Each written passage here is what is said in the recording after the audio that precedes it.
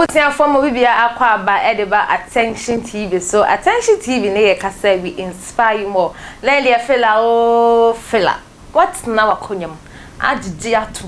Agye me so say attention kokonsatu. Midi ane akosia sparkles na insema etwebu ewo social media ne bi say actress ba ko pe wo Ghana hanom say ma asa nkoma de nsem bi abetuja say hey na Dubai nkwa Dubai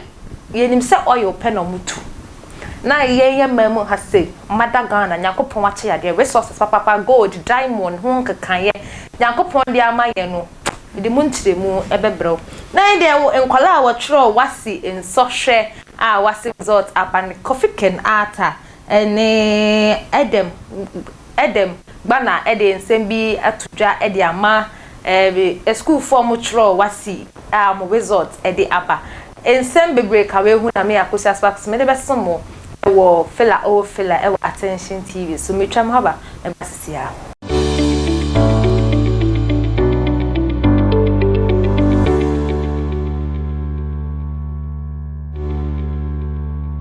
Ebusia for me da se papa yese wonya abre e de twam ma me twa me ho sima ba kope e de eba ye na me kai wo se when I was samasne e University Foundation and in a tea boutique and cosmetic Matan kuma actress ba kope e de nsem bi abetutu during an interview say ye hwe ye mamu ha say yanka obo ade ntwodi ampo nyankopon ache ya de papa na nka e resources ye kasa resources diamond room bauxite room gold room ge mamu ha kan e to gold aban bi ba so say da bi gold ye say yansuo ukwohwebre ma ye say team ugunya tibre na pe magine bi shema utimi do num ti na wa angaso abuafu ma se wona mkwan no so de ndie wundi di bia bia mu ha wo kaso be gina Olinda do fi se wa me na we na aban ne ka se da bi se ye nsuo ye hwese nsuo ye resources papa na say ye nua ene ye land eno so ye resources aye wo Ghana ha no say o se onti ase kra na akoye se Ghana ha no say ye leadership ni na ye bad and poor nani na emu no o kire se utimi hwe se bridge bi ana se community bi school edan eni ho na nkola etidua ase e de esua de na nso na minister bi apake ne mba SB8 mu ana so ono an minister na nkasa no wa pake ne yele ne na busua egu V8 mu ode omo ekobe bi ombekọ na ya no ohun saade na kra na eye na welho na we na ono so kase eya na omuso omuye bibi enfama MP no a oye adwuma no otese oye adwuma enye se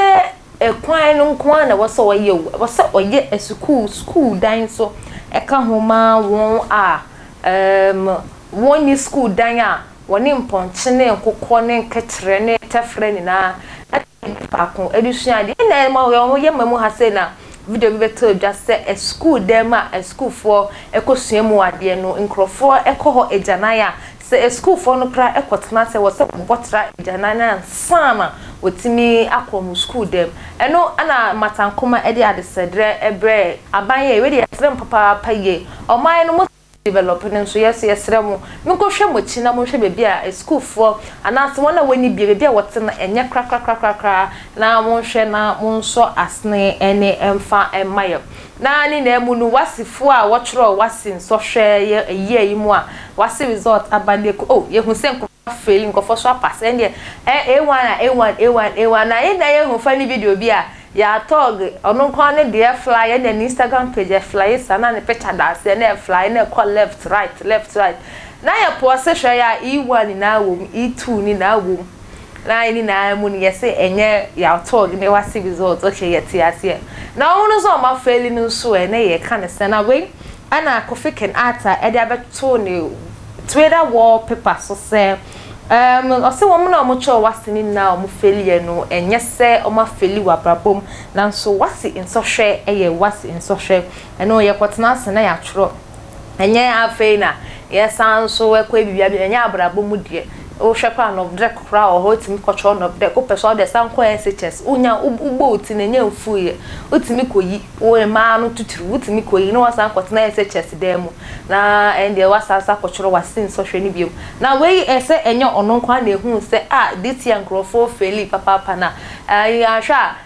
o say ye bi atwa mu kakra no ye bete ase school ni bi akose ne ho school ni bi ayese school ni bi ayese nti we ana obi so foforo ani dinya ne Edem Ghana ono so abetro won ne Twitter wall page eso say omo no omo faili Wassce exams ni na no exams na enye life ana osi we hu se nkofo bebre afeli wo Wassce yi mu a but yenhwe in a year to come mo life mu no they would also pass ebeye enije kra omo ankasa no omo enhu bida na me de so we so ne de safo ba kwa na yele abeye counselor ene no pa obeti ni din wa ha wi abeti ni din wa ha enumre wada kra na do beti ni din ma say relationship kra bebre ebeye se na ma me na kana no an ebedi so ma me obedi so na we ana we de nya ma me na enikunu counselor Charlotte Odro enikunu esiwi na ya osafo ye any Kingdom FM Plus ni na say na me yele ye counselor Charlotte Odro na mo hu so ma youth ni na efutu na mo ka me ho asem mo nka ne ye me de me see mo na o see o mo so anasika ne 1.5 million Ghana cedis 1.5 million Ghana cedis na letter be APA free office World Republic of Ghana police for akache yenko kenkan letter no se wo hwe letter no sra ye general jurisdiction division right of sermons na ye show see between Apostle Solomon Odro plaintiff na in the PO box ni be otini na wo ho and ye see and someone na ya osafo ono ye defendant or no a plaintiff ni prache say obi awako file case afa obi ho na ye hwe so onu so ne address Wassce na second person so Kingdom Plus 101.9 FM almost some location ewo ho na when na plaintiff na chire mu say an action having been commenced against you by the issue of this right by the above named plaintiff ni na Apostle Solomon Odro onu aneye plaintiff no say you are hereby commanded that within 8 days after the service of this right on you exclusive of the day of service you do cause an appearance to be entered for you we samo na ya osafo ne de na yenko asem no ankasa so a yenhwe notes no say and take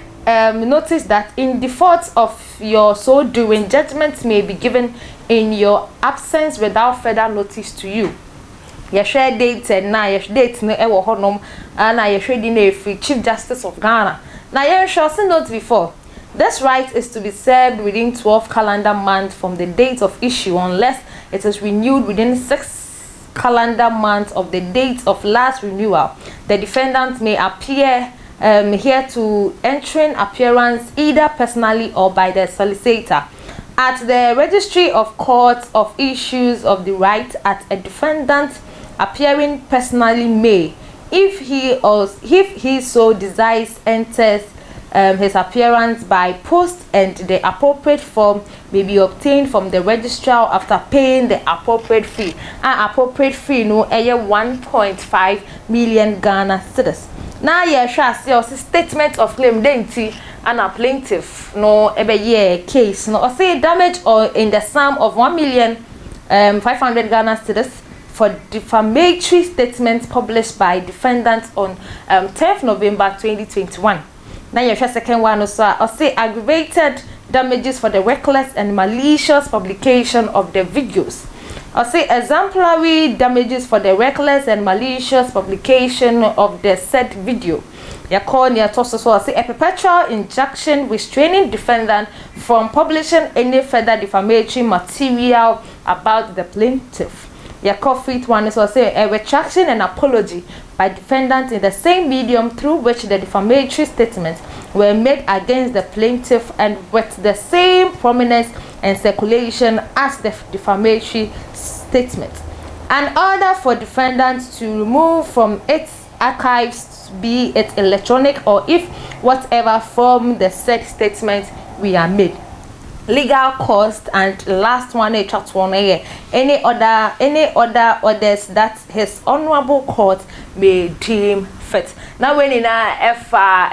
reverend na ya osafo akokan sembia ehwa na enye apostle Solomon odro ana eye counselor Charlotte odro ede ohwa na asem kan ni nim se ehwe defamation asega na hanu sei enye Yvonne Nelson kwa na oka no ho asem ni anim obasi wo dabi enti se ye kan sem ya ye nhwe niye megina we so ede fella o fella ede abesi ende amamo meka se fella o fella no agigijat wakonyem aka se attention kokonsate midi ane akosias pakosma monihwa moniti